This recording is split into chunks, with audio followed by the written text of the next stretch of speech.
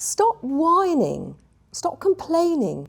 Seriously, just listen to yourself. In this episode, discover how to swap negative language for that which empowers you to help you live a truly fulfilling and confident life. Every single person is powerful, perfect as they are. And I believe we all have a role to play in making this world a better place. My purpose is to help people step into their power. Imagine how it would be if you could avoid feeling terrible when other people criticise you needlessly, or if you could feel confident to speak to others in even the trickiest situations, or if you could stop that nagging voice in your head. Today I'm going to share with you an insight into how the way in which you use language can transform your life and that of those around you. Your language carries with it enormous power. Language can have an entirely positive effect or be incredibly destructive. Never more so in the words that we use about and to ourselves. Learning to harness the power of language will give you the positive edge professionally and has the potential to deepen and enhance your personal relationships, including the relationship you have with yourself. We've already spoken about habitual thinking and the impact that this has on everyday life. The patterns of language also follow habitual patterns, and herein lies the challenge. Most people are entirely unaware of the patterns of language they use. Here are some really common patterns. Negative language. It's important to understand our unconscious mind wants to please. When we say how difficult things are, our brain looks for all the difficulties. When we talk about how exhausted we are or how a situation is killing us, our brain goes into survival mode. We feel even more exhausted or anxious. Qualifying language. Dumbing yourself down. Quite good. I'm not bad. I'm okay. Making light of your achievements, not to appear boastful or arrogant. Getting in first before others do. May give you a sense of control, even if it is negative. But it ensures that not only do you have low expectations, but other people have low expectations of you. Be aware that it's not just about words. The tone of your voice has a great impact too. Sense of ownership. Language intensifies our sense of ownership. Great when it's positive, owning our achievements, our talents and positive attributes, the use of I and my. However, it can be incredibly destructive when we talk about my depression, my illness, my panic attacks. Creating a sense of distance between you and the condition can be hugely helpful. I'd like to share with you a little of Paul's story. When he came to me, he'd been suffering from depression for many years. One of the things I asked him to do was to downgrade his language from "my depression is killing me," "I feel dreadful," "it's hopeless," to "I'm not at my best today, I'm feeling rather low," and completing the sentence with "but it's getting easier," or "it's getting better," or "I'm working on feeling great." Now, it wasn't the only strategies, there were lots of others along the side, but actually it made a difference. So let's look at Fiona. She suffered from dreadful panic attacks, and one of the strategies I asked her to do was to draw a cartoon character and name it, and she named this character Bert. So when she had a panic attack, instead of talking about my panic attack and how terrible it was, she would refer to it as, "It's just a Bert." And in doing that, she downgraded it from something which was overwhelming into something which ultimately made her smile. Now, it wasn't instant, but it was amazing how her language and her use of "it's just a Bert" made a difference. Her panic attacks grew less powerful and less frequent. Again, you have to remember it's just one of the strategies. So, at a personal note, mornings are really difficult for me. It's like resurrection. I feel terrible, I hurt. But I don't talk about them. When people ask me how I am, I generally say, I'm fine, I'm feeling better by the minute. The way you language things makes a big difference, and it's helpful to shift from the present tense, I am feeling that, to I used to, or from I'm not good at, to I used to think I was no good at it, but I'm working on it and things are really improving. So the next language pattern is that of rejecting compliments. Oh, this old thing, I just threw it on, or oh, it's nothing. For me, it demonstrates a sense of poor self-worth, the fact that you don't feel as if you deserve the compliment, that you have a sense of shame of not being good enough. And I want you to really listen to yourself. And are you someone who actually dismisses compliments or nice things when people say them about you? Because if you are, it's time to do something about it. So, dealing with the harsh words of others.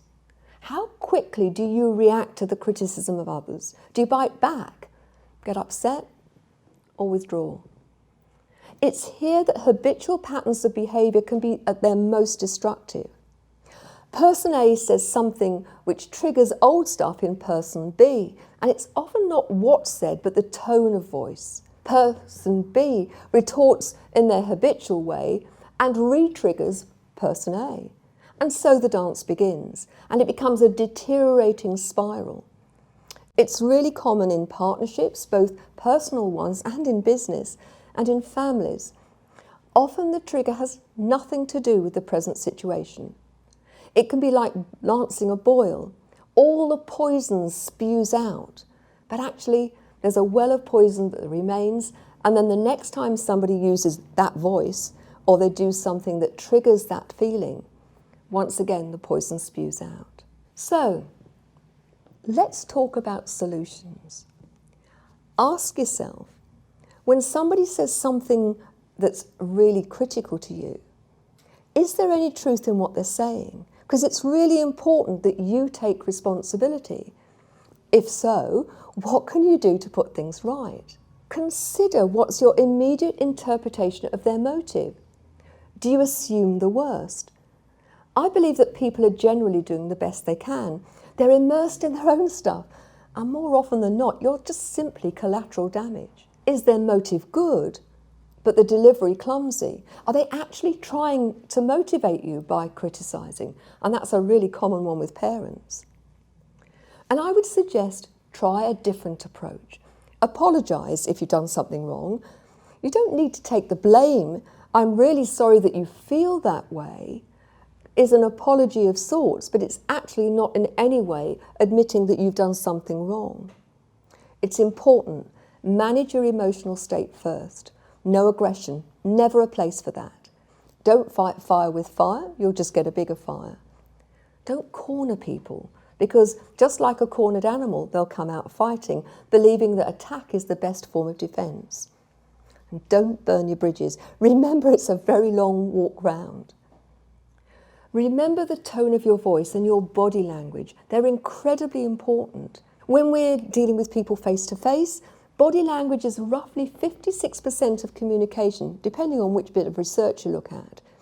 36% tonality, and words are the smallest part, around 7 or 8%. I found it really interesting that on the phone, body language is still important, as is tonality, and words are still the smallest percentage. Our tone of voice is incredibly important, and it's often the major trigger. Learn the neutral voice, because when you use a neutral voice, just as I am now, people are more likely to listen. If you're trying to tell somebody they've done something wrong and you're aggressive, they wriggle off the hook. If your tone is whiny, they do the same. You lose the moral high ground. But actually, if you use the neutral voice, they are more likely to have to listen to what you're talking about rather than the way in which you do it. I want to talk to you about the word thank you. Oh, thank you. Thank you. Thank you. The way in which we say a word can elicit a huge amount of meaning, and be careful because it might not actually be how you want it to be interpreted. And remember, We've got one mouth and two ears for a very good reason. What you say isn't necessarily how it lands. So watch their response, watch their eyes, watch their body language. Another great strategy is to give them a hug. When somebody's het up and you then are het up, all you get up is everybody's het up. But if somebody's upset about something, give them a hug. Of course, it has to be appropriate. Ask yourself, are you critical and hurtful to others? Be honest with yourself. When people are critical, it's often done to make themselves feel better. It rarely works. Think about what's your motive. Are you trying to motivate or change them? Remember, criticism, when it's done harshly, rarely works. How do you feel when others are critical of you? Others are no different. Are you critical or hurtful to yourself? Because the words you say to yourself are far more powerful and potentially destructive than the words you hear from other people. Complaining is contagious. It's rather like a virus. Research shows that we tell on average 37 people when things go wrong, but only 5 when things go well. How different would it be if it was the other way round? I used to go to head teachers' meetings and I used to drive me up the wall because there would be a moan fest. And in the end I'd have to say, stop. Can we have a look at the solutions rather than just sharing the fact that there's a problem? Be aware of the importance of language in relationships.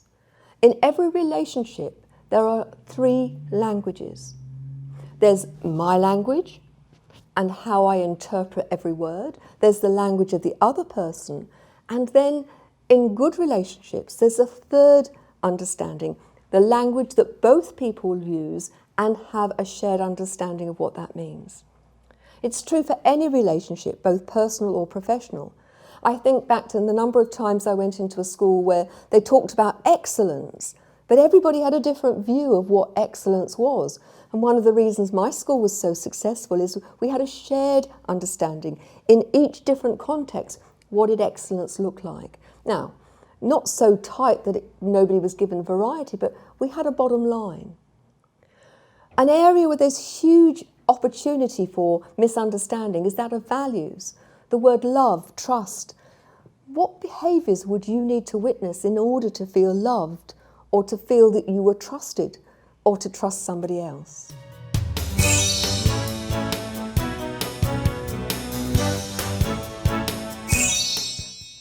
Today, I'd like to share with you the story of a couple that I worked with, which really exemplifies the power of language and how it can impact on everyday life. I was working with a couple, and I worked with lots of couples who had been married a couple of years and things were a bit rocky. And to start with, I asked them about what was really important to them.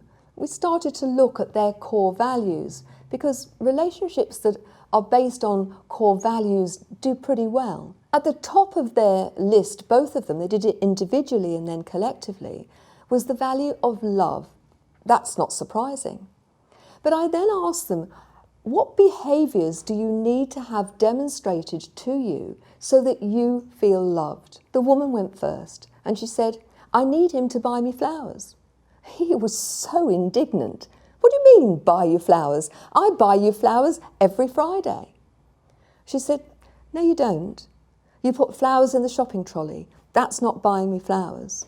Buying me flowers means that you go and choose them with care, and you choose the flowers that I love, you wrap them up, and you give them to me as a real token of your love. He thought about it for a moment, and then he said, do you know what? I realised that I was putting those flowers in the trolley with no more thought than I would over a tin of beans or a packet of cornflakes. I then turned to him and I said, what do you need to have from your wife in order that you will feel loved?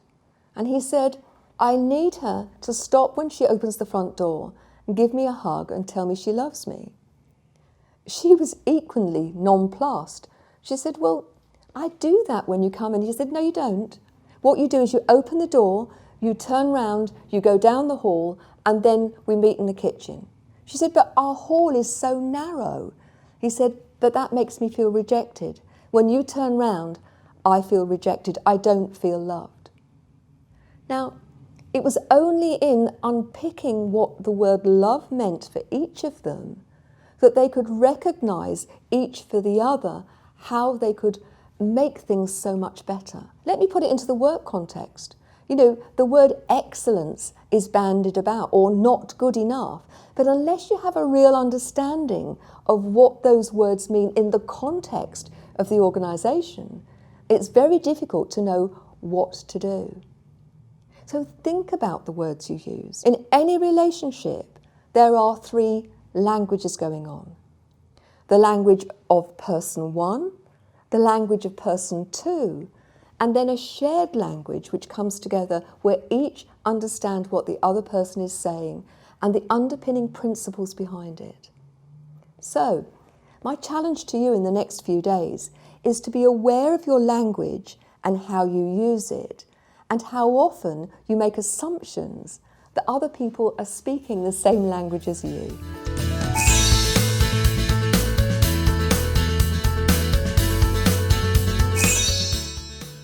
Let's dip into the mailbag and look at some questions around the power of language.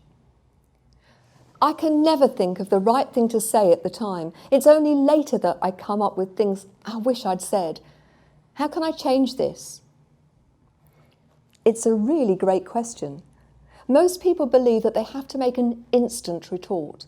It's done when they're emotionally vulnerable and unresourced. If this involves habitual patterns of interchange with a parent, a partner, or your boss, for example, you'll have a pretty good idea of what's likely to come your way. Create a list of the common themes you know that have come up before. Think about how you can answer these. Remember the three principles. Avoid pushing people into a corner. Aggression never works. Fight fire with fire and you simply get a bigger fire. And remember, if you burn your bridge, it's a long way round. When these things take you unawares, you don't have to respond straight away. Don't withdraw, flounce. Use a neutral voice and think about your body language. You've given me lots to think about. I'd like to gather my thoughts before responding. Might be a way of managing that. Let's look at the next question. My partner and I are always arguing. How can I make things better? Think about what's at the heart of your arguments. It's common for partners to have a different view of how things should be. And some people will pick an argument when things get too samey. They want the stimulation and uncertainty it creates. Others have a need to feel that they're in the right, often because they have a poor sense of self-worth. If someone's right, it makes the other person wrong. Consider whether it's better to agree or disagree. Now, if you're struggling to agree, look for a third way, which is not yours or theirs, but something different that you can agree on.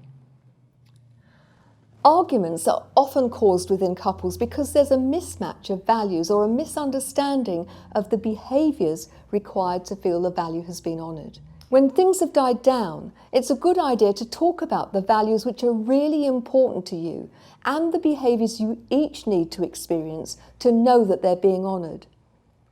Recognise that the language of love can be shown in different ways. Gary Chapman talks about the 5 love languages. The first, gift giving. Quality time's another. Physical touch, the act of service, devotion and words of affirmation. But we need to hear our language from our significant other or recognise the subtext of the language they're using. And lastly today, no one ever listens to me. How can I be heard? So, choose your time. Set the intention that you'll be listened to. Assertive archetypes are helpful. Imagine you're a medieval king or queen. Think of the body language that they would use, and also the fact that they would expect to be listened to. Think about the tone and pitch of your voice. Your mums shout and nag, and it's white noise because the tone of their voice is so similar to children. Remember to breathe and ground yourself and project your voice, but do it neutrally. I'd like to leave you today with 3 things to think about, any of which can make a big difference to the quality of your interaction with others. Number 1, being right is, in my opinion, highly overrated. Of course, there are occasions when it's vital. You want a pilot or a brain surgeon to be right. But quite often, people feel the need to be right and to have the last word. But in doing so, they may win the round, but they lose something in the process. Number 2, there are better ways to motivate others to be the best they can be than being overcritical or hurtful. Do have high expectations, but make sure they're shared and hold people to account against those expectations. But do it with empathy and heart. And this is true of your personal life and your professional life. I suggest that rather than launching in, telling the other person what you think, ask them what they think about the situation. And can they think how they could make things even better? And number 3, make use of affirmations. These can be a great way to recalibrate your brain into being more positive. State them in the positive and repeat them on a regular basis with real conviction. My power statement is, I am a powerful woman. I choose to be happy and fulfilled. And repeat it with a different emphasis each time. I am a powerful woman. I am a powerful woman, and so on.